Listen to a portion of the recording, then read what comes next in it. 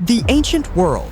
There was a garden on this warship. Vines were rooted in troughs of real soil, growing on a deck that also mounted a catapult throwing stones of 80 kilograms. The Syracusia was built around 240 BC for Hiero II of Syracuse and designed by Archimedes, who appears to have been given no upper limit. Below the garden sat a temple to Aphrodite with a mosaic floor showing scenes from the Iliad, a gymnasium, a bathhouse, a stable, a tank of seawater holding live fish so the kitchen would not run short. The bilge was cleared by a screw pump Archimedes built for the job. The screw still carries his name. She carried 200 soldiers and room for 2,000 passengers. The ratio says everything. This was a walled town that floated, with weapons attached as an afterthought. She never fought anyone. She drew so much water that Sicily had nothing to dock her in, and neither did most of the Mediterranean. Hero solved the problem the way kings solve problems. He renamed her Alexandria, filled her holds with grain and salted fish, and gave the entire ship to Ptolemy in Egypt.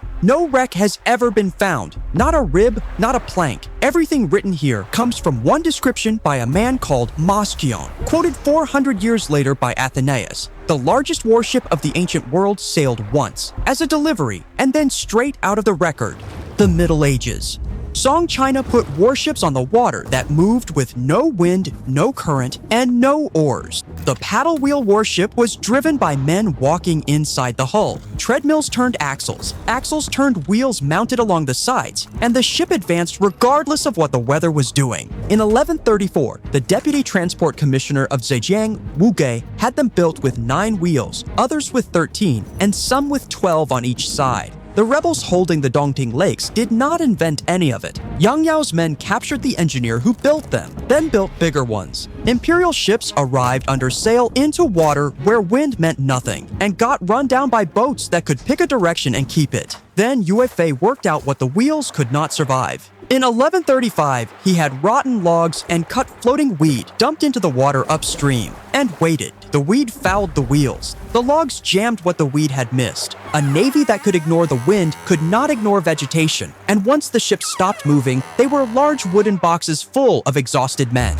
UFA boarded them at leisure. The technology outlived the rebellion by 700 years. During the First Opium War, 5 paddle wheel warships came out against a Royal Navy squadron, men walking treadmills into the guns of a coal-fired fleet. The wheels turning under those hulls had been turning since the Tang Dynasty, 1,000 years before anyone in Europe built a steam engine.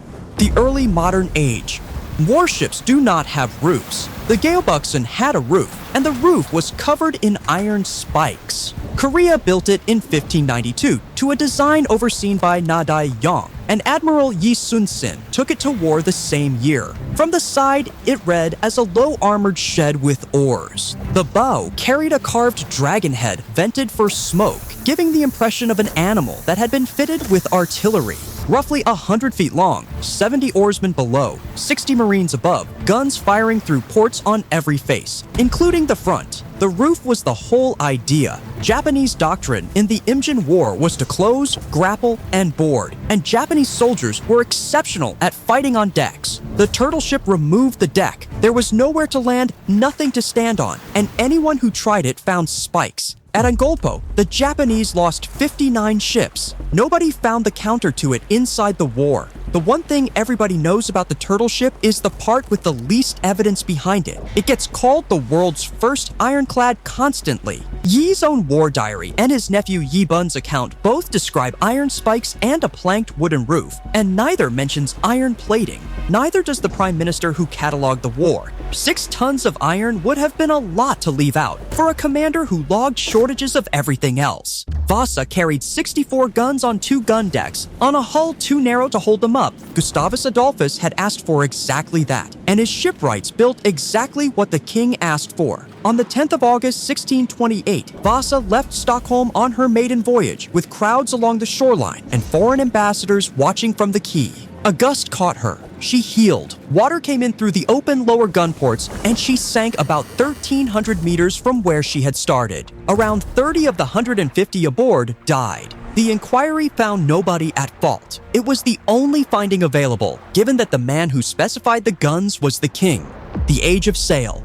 The first submarine attack in history was carried out by one man in a wooden barrel pedaling. David Bushnell left Yale in 1775, having proved something nobody had bothered to test, that gunpowder will detonate underwater. The machine he built to deliver it was about 7.5 feet long and 6 feet high, shaped, in his own words, like two turtle shells joined at the rim. One man sat inside, turning a propeller by hand, working a second with his feet, steering with a rudder at his shoulder, letting water into a ballast tank to sink. It held 30 minutes of air. Bushnell's brother Ezra trained for months to pilot it, then fell ill, handing the mission to a volunteer sergeant named Ezra Lee with a few weeks of practice. At 11 at night on the 6th of September, 1776, Lee pedaled out into New York Harbor toward HMS Eagle, 64 guns, flagship of Admiral Howe. He crossed the water undetected, submerged beneath her, and began drilling the anchor point for his mine into the ship's bottom. It would not bite. The traditional account says he struck iron. The likelier one is that a man who had been breathing his own exhaled air for over an hour in total darkness under a warship could no longer do delicate work. Lee released the mine and pedaled away. It went off in open water and hurt nobody. The turtle sank nothing and was lost within weeks when the sloop carrying it went down off Fort Lee. The machine worked exactly as built. That was the problem. What it asked of its operator was to stay calm, strong, and precise while slowly suffocating in the dark. The Ironclad Age.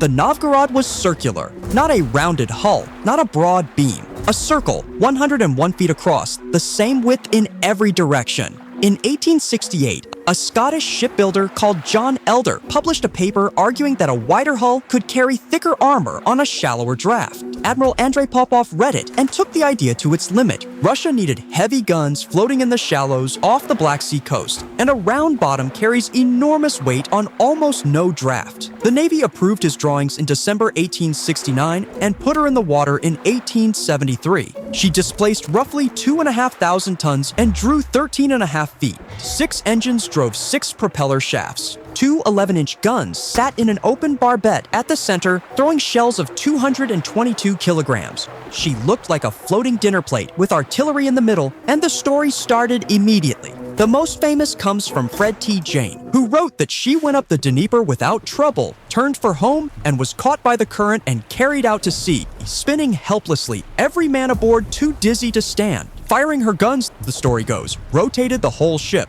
The naval historian Stephen McLaughlin went back to her service records. What they show is a round ship sitting in the Dnieper estuary with her guns pointed out to sea, guarding the water she was built to guard. She was slow at 6.5 knots, wet in any real sea, and awkward to steer. She did not spin like a coin. The Russian Navy looked at this ship, watched it work, and ordered a second one. The Vice Admiral Popov launched 2 years later, larger, heavier, and just as circular, and both stayed in service until the 1900s. The round ships were never a joke to the men who built them. They are remembered as one because the joke traveled better.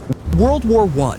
2 steam funnels stood on the deck of the K-class, and both had to be folded flat and sealed before the boat could dive. The Grand Fleet steamed at 21 knots, and no submarine could keep up. Diesel could not close the gap. Steam could. The K-boats made 24 knots on the surface and could finally hold station with the battle fleet. Diving took roughly 5 minutes. The boilers had to be shut down. The funnels lowered and clamped, 30 separate openings closed by hand. 5 minutes is a long time in a war where a periscope sighting gave a submarine 30 seconds. The crews worked out what they had been given fairly quickly. K stood for calamity in the wardroom. The boats were also called the Suicide Club, and the name was not affectionate. On the night of the 31st of January 1918, the Grand Fleet sailed from Rosyth for an exercise of Admiral Beatty's devising. 2 flotillas of K-boats went with it in a darkened column of 40 ships running at speed through mist in the Firth of Forth. No German ever came near them.